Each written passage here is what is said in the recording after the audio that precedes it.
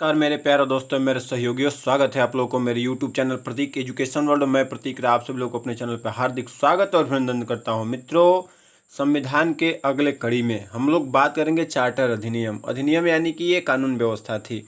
अंग्रेजों के द्वारा, ब्रिटिश शासन के द्वारा बनाया गया यह अधिनियम बहुत ही पॉपुलर हुआ, यानी कि संवैधानिक ढांचा को बनाने के लिए इसका बड़ा महत्वपूर्ण योगदान रहा हुआ है। तो मित्रों, आप अगर हमारे चैनल पर न होंगे तो सबसे पहले मेरा आपसे यही रिक्वेस्ट रहेगा कि आप सब्सक्राइब जरूर कर दीजिएगा, और साथ साथ जब सब्सक्राइब कीजिएगा तो बेल आइकन को भी दबा दीजिएगा, क्योंकि जब भी मेरा वीडियो आएगा तो आपको नोटिफिकेशन मिलता चला जाएगा। और साथ साथ वीडियो अच्छा लगेगा तो लाइक जरूर कीजिएगा। लाइक तभी कीजिएगा जब पूरा वीडियो देखिए, अच्छा लगेगा तो लाइक जरूर कीजिएगा। और मैं एक बात हमेशा कहता हुआ आया हूँ और कहता रहूँगा कि अधूरा ज्ञान विष के समान होता है और पूर्ण ज्ञान एक अमृत के समान होता है।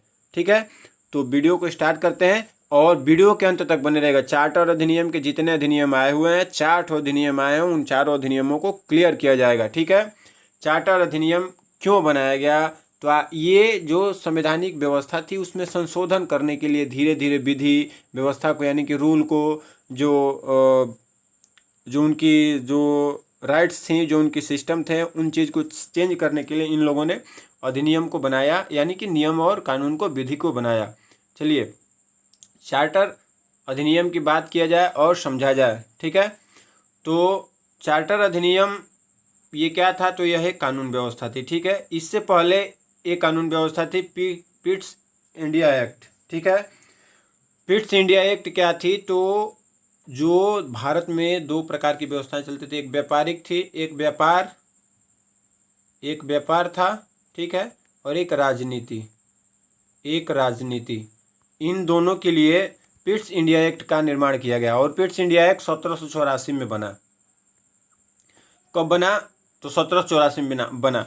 और ये 2 प्रकार के थे, एक था आपका बोर्ड ऑफ डायरेक्टर्स और एक था बोर्ड ऑफ कंट्रोलर। तो जो डायरेक्टर जो मतलब जो पिट्स इंडिया एक्ट के जो 2 पहलू बने, तो डायरेक्टर जो था वो था व्यापार के लिए, और जो कंट्रोलर था ये था आपके राजनीति के लिए। ठीक है, इसके बाद और संवैधानिक ढांचा को और सही करने के लिए चार्टर अधिनियम लाया गया। चार्टर अधिनियम 1793 में लाया गया है फ्रेंड्स। 1793 में चार्टर अधिनियम लाया गया। और ये जो ब्रिटिश सरकार थी उसके द्वारा, जब भारत में हमारा अंग्रेजों का सरकार था उसके द्वारा ये नियम लाया गया। तो चलिए अब हम लोग समझते हैं और जानते हैं इसके बारे में, और वीडियो के अंत तक बने रहेगा फ्रेंड्स। एकदम मज़ेदार वीडियो होने वाली है, एकदम फ्री होकर के, मस्त होकर के देखिए, मज़ा आ जाएगा। चलिए, सबसे पहला चार्टर अधिनियम कब आया? तो सबसे पहला चार्टर अधिनियम है 1793 में। सबसे पहला चार्टर अधिनियम कब आया? तो 1793 में आया। 1793 में आने का मतलब क्या है कि इसके द्वारा नियंत्रण बोर्ड यानी कि वही जो इन लोगों का सोसाइटी थी, जो इन लोगों का सिस्टम था, जो इन लोगों का विधिक व्यवस्था था, इसके द्वारा क्या किया गया? इसके द्वारा नियंत्रण बोर्ड के सदस्यों तथा कर्मचारियों के वेतन आदि को भारतीय राजस्व से देने की व्यवस्था की गई। अंग्रेजों के द्वारा जो यह बनाया गया, तो इसमें बनाया गया कि जो भारतीय राजस्व था, यानी कि भारत की तरफ से जो भी इन लोगों के द्वारा टैक्स लिया जाता था, उसी में से जो इनके कर्मचारी थे उनको क्या करना था? रुपया यानी कि तनख्वाह देना था। ठीक है, 1793 में बस मुख्य तरीका से क्या था? तो केवल वेतन आदि व्यवस्था के लिए 1793 का चार्टर अधिनियम बनाया गया। उसके बाद आता है 1813 का चार्टर अधिनियम। मित्रों, इसके अंत में एक ट्रिक बताएंगे, वीडियो के अंत में बताएंगे कि चार्टर अधिनियम को कैसे याद किया जाएगा, शॉर्ट चीज़। ठीक है, अब दूसरा चार्टर अधिनियम कब हुआ? तो 1813 में हुआ। 1813 में हुआ। यह उसके कुछ ढांचों में संशोधित होकर के कुछ उसके संशोधन को चालू करने के लिए, जो उसमें नई संशोधन प्रक्रिया थी, जो नए उसमें नियम बनाए गए, उस चीज़ को चालू करने के लिए 1813 में एक चार्टर अधिनियम को पुनः पारित किया गया।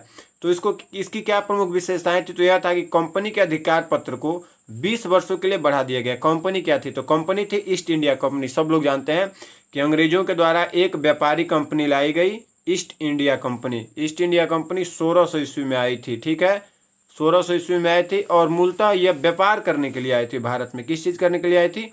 व्यापार करने के लिए आई थी। लेकिन धीरे धीरे व्यापार से इन लोगों ने हमारे पूरे देश पे अपना वर्चस्व स्थापित कर दिया। तो चलिए, सबसे पहले इन लोगों ने जो चार्टर अधिनियम 1813 हुआ, इसमें सबसे पहले इन लोगों ने क्या किया कि कंपनी के अधिकार पत्र को 20 वर्षों के लिए बढ़ा दिया गया। जो ईस्ट इंडिया कंपनी थी उसको 20 वर्षों के लिए और बढ़ा दिया गया, इनकी 20 वर्ष तक और ईस्ट इंडिया कंपनी व्यापार करेगी। ओके, दूसरी बात क्या हुई?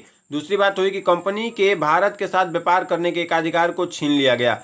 जो कंपनी थी वो भारत के साथ अब व्यापार नहीं कर सकती थी, किंतु उसे चीन के साथ व्यापार एवं पूर्वी देशों के साथ चाय के व्यापार के संबंध में 20 वर्षों के लिए एक अधिकार प्राप्त रहा। देखिए, ये ब्रिटिश का कूटनीति था, भारत के साथ व्यापार नहीं करेंगी लेकिन अनदर देशों के साथ व्यापार करेंगी। इन लोगों का यही रवैया था, भारत को किसी भी तरह से शोषण करना। और तीसरे में इन लोगों ने क्या कहा कि कुछ सीमाओं के अधीन सभी ब्रिटिश नागरिकों के लिए भारत के साथ व्यापार खोल दिया गया। यानी कि जो ब्रिटिश नागरिक थे वो भारत के साथ क्या करने लगे, व्यापार चालू कर दिया। व्यापार में क्या होता था, भारत से एकदम न्यून कास्ट में, यानी कि एकदम कम से कम रुपए में सामान लिया जाता था और उसी चीज़ को पुनः बना करके भारत को ज़्यादा महंगे दामों में बेचा जाता था। ठीक है, अब आगे क्या हुआ, आगे फिर एक चौथा में बात हुआ कि 1813 से पहले ईसाई पादरियों को भारत में आने की आज्ञा नहीं थी। इन लोगों को अभी 1813 से पहले ये जो ईसाई क्रिश्चियन जो पादरी हैं, यानी कि जो फादर बोलते हैं, जिसको हम लोग न बोलते हैं, ये लोग क्रिश्चियन बोलते हैं, भारतीयों की यह संवैधानिक सांस्कृतिक व्यवस्था है ही नहीं। तो चलिए, 1813 में जो पादरी थे, यानी कि जो फादर जिसको बोला जाता है, वो इनको भारत में आने की आज्ञा नहीं थी, लेकिन 1813 ईस्वी के अधिनियम द्वारा ईसाई पादरियों को भारत आने का सुविधा प्राप्त कर दिया गया। ठीक है, यहाँ पे ये मुख्य बात क्या है कि 1813 में, थोड़ा सा कहीं पे टाइपिंग डिस्टर्ब हो गया तो उससे कोई विशेष मत समझिएगा। 1813 के बाद जो 1813 जो चार्टर आया, इसमें बता दिया गया कि पादरी जो हैं वो भारत में आएंगे, पादरी जो भारत में आएंगे। और आज इन्हीं वही चीज़ है कि ये जो क्रिश्चियन मिशनरियाँ चल रही हैं, धर्म परिवर्तन का कार्य जो कर रही हैं, वो यही पादरियों के द्वारा किया जाता है। और इन लोगों की कहाँ से फंडिंग होती है, तो ब्रिटिश से होती है, यानी कि इंग्लैंड हो चाहे ब्रिटेन हो, ठीक है, मतलब जो भी आंग्ल देश हैं उनके द्वारा इसकी फंडिंग होती है। तो आगे बात करते हैं हम लोग। अब आता है तीसरा अधिनियम, ये बड़ा महत्वपूर्ण कारगर रहा है मित्रों, 1833 का चार्टर अधिनियम। भारत भी इन अधिनियमों से बहुत कुछ सीख लेकर के संवैधानिक परिवर्तन लाने का काम किया हुआ है। चलिए, इस अधिनियम की प्रमुख विशेषताएं निम्नवत है। इस प्रकार इसमें क्या हुआ, तो इसके द्वारा कंपनी के व्यापारिक अधिकार पूर्णतः समाप्त कर दिए गए। अब एक कंपनी थोड़े ना थी, अब तो ये लोग राज कर चुके थे, तो अपने कंपनी को खत्म कर दिया। सिस्टम यही होता है मित्रों। अगर मान के चलिए कि कोई भी किसी से मांगने आया, मांगने के साथ साथ वो मांगने का ही काम कर रहा है, लेकिन जब वो अगर राजा बन गया तो क्या वो मांगेगा? नहीं मांगेगा। तो यही इन लोगों ने काम किया है। उसके बाद इन लोगों ने कंपनी को क्या कर दिया? बंद कर दिया, व्यापार को बंद कर दिया।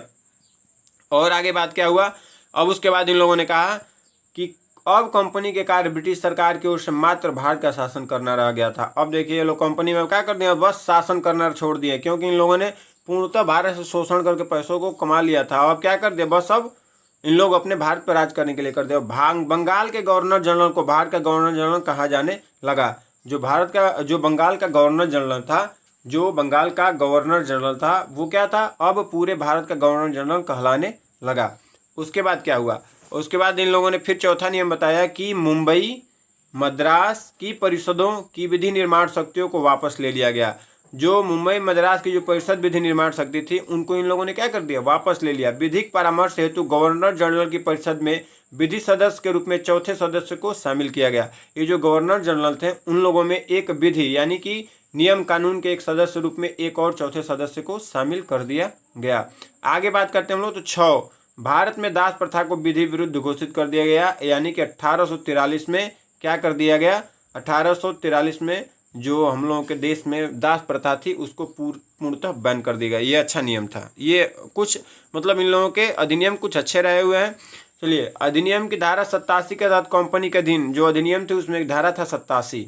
धारा कौन था, तो 87 था। कंपनी के अधीन पद धारण करने के लिए किसी व्यक्ति को धर्म, जन्म स्थान, मूल, वंश, रंग के आधार पर अयोग्य ठहराए जाने का बंद किया गया। ये भी अच्छा था। ये भी इन लोगों के द्वारा कदम उठाया गया, बहुत अच्छा था, क्योंकि जाति के नाम पर भी नहीं, रंग के नाम पर भी नहीं, और कोई जनरल कास्ट का उसके आधार पर नहीं, एकदम समभाव का व्यवस्था किया गया। ये काम सही था। 87 धारा 87 था, ये ध्यान रहे, ठीक है।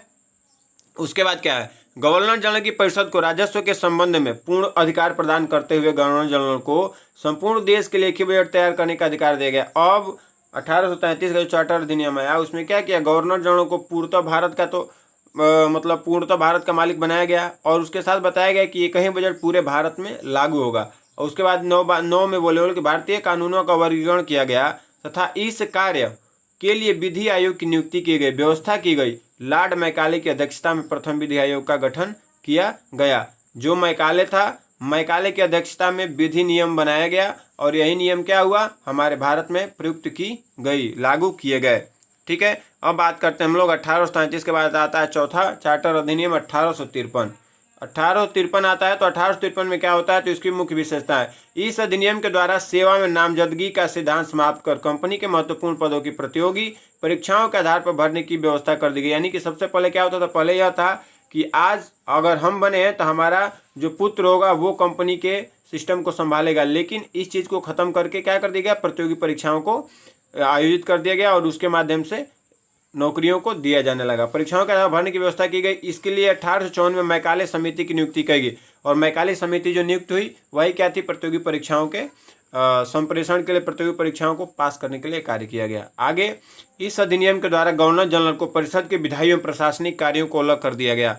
अब गवर्नर जनरल था, उसमें जो चौथा सदस्य के रूप में विधिक का ऐड किया गया था उसको हटा दिया गया। इसके तहत परिषद में 6 पार्षद जोड़े गए जिन्हें विधान पार्षद कहा गया और ये जो अब विधि बनाने वाले ये लोग जोड़े गए और इनको क्या कहा गया, नए पार्षद जोड़े गए, उनको विधान पार्षद कहा गया। ठीक है फ्रेंड्स, अब हम लोग बात करते हैं चार्टर अधिनियम, चारों अधिनियम के।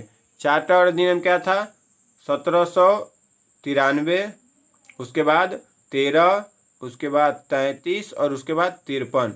क्या हुआ है फ्रेंड्स, तो 1793 में 20 जुड़ा है तो 13 में 20 जुड़ा है तो 33 में 20 जुड़ा है तो 53, ये याद कर लीजिएगा। ठीक है, ठीक है, इसका शार्ट क्या होगा, 20-20, यानी कि प्रथम चार्टर अधिनियम 93, तो दूसरा हो जाएगा 20 जोड़ देंगे तो 13, तीसरा हो जाएगा 33 और चौथा हो जाएगा 53।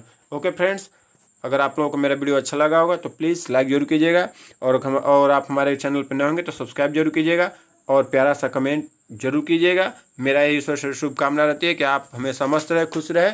जय महादेव। आपका दिन हमेशा ऐसा ही मस्त रहे।